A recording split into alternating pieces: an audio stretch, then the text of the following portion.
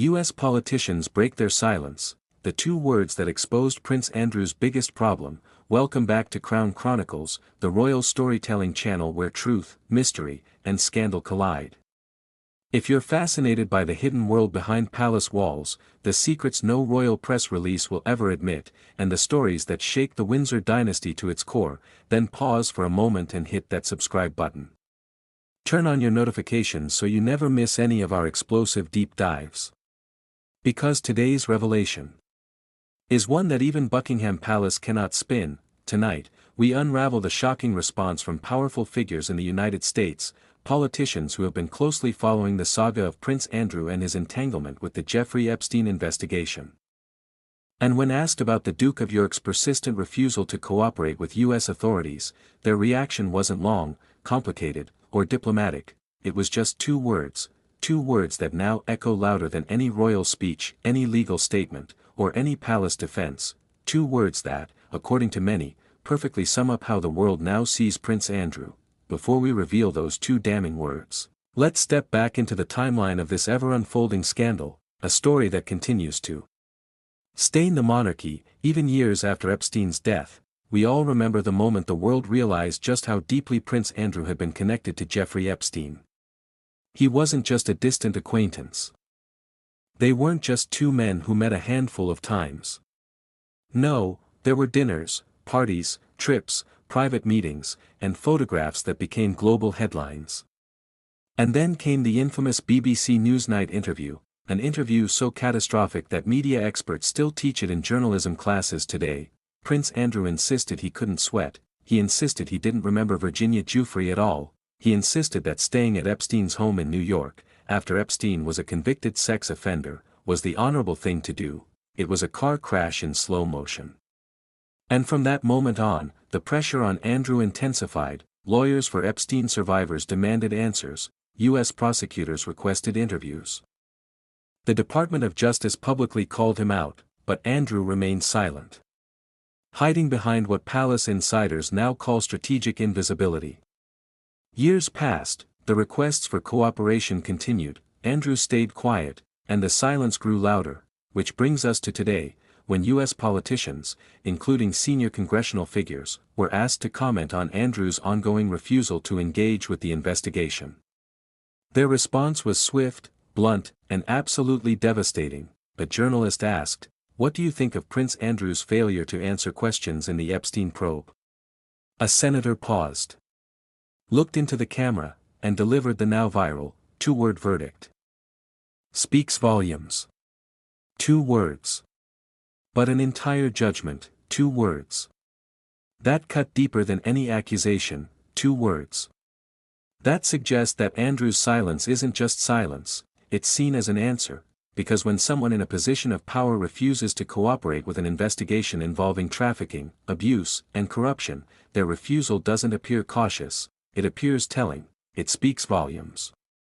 Those 2 words echoed through U.S. news outlets, across British tabloids, and onto social media platforms where millions criticized the Duke's silence all over again. And what's remarkable is how universal the reaction was. Democrats, Republicans, moderates, no matter the political affiliation. The sentiment remained the same: Andrew's silence speaks volumes. It suggests fear, it suggests guilt, it suggests privilege. It suggests a man with far more to protect than the public has been allowed to know, and perhaps most importantly, it suggests that the world no longer sees Prince Andrew as a royal figure shielded by title and status. Instead, they see a man refusing to answer questions about one of the biggest abuse scandals in modern history. But why is Andrew still silent? Let's explore the theories swirling behind palace gates. Some royal insiders insist Prince Andrew wants to cooperate but is restricted by legal advice. They claim his lawyers fear that any misstatement, even a minor one, could re-expose him to legal risk or spark fresh civil lawsuits. After the multi-million-pound settlement with Virginia Giuffre, Andrew is, according to close sources, terrified of any public-facing misstep. Others believe Andrew's silence is a palace strategy, one designed to protect not just him, but the monarchy itself. The Windsors have weathered scandals before, but none with stakes as high as the Epstein case.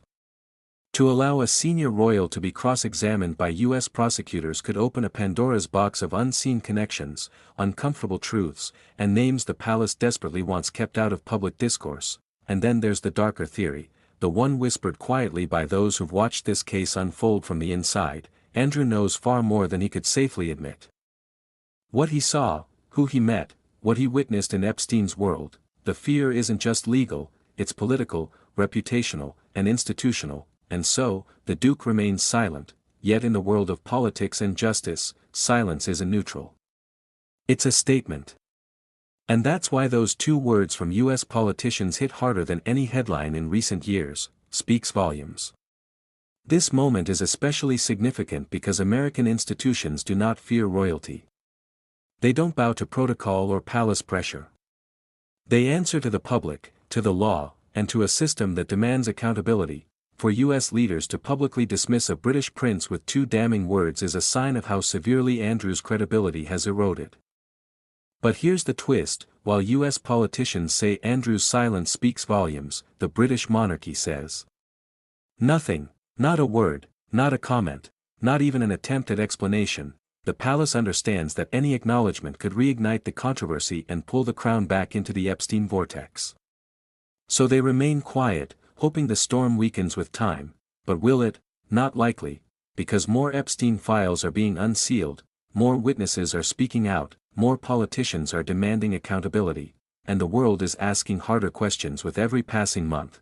Prince Andrew may think his silence protects him, but in reality, it is the very thing destroying whatever remains of his public standing. Sometimes words are powerful, but sometimes silence is louder. And in this case, Andrew's silence has become deafening. Thank you for watching Crown Chronicles. If today's deep dive kept you captivated, make sure to like, comment, and subscribe. Your support helps us uncover even more royal secrets, controversies, and explosive revelations. Stay tuned, because Andrew's story is far from over.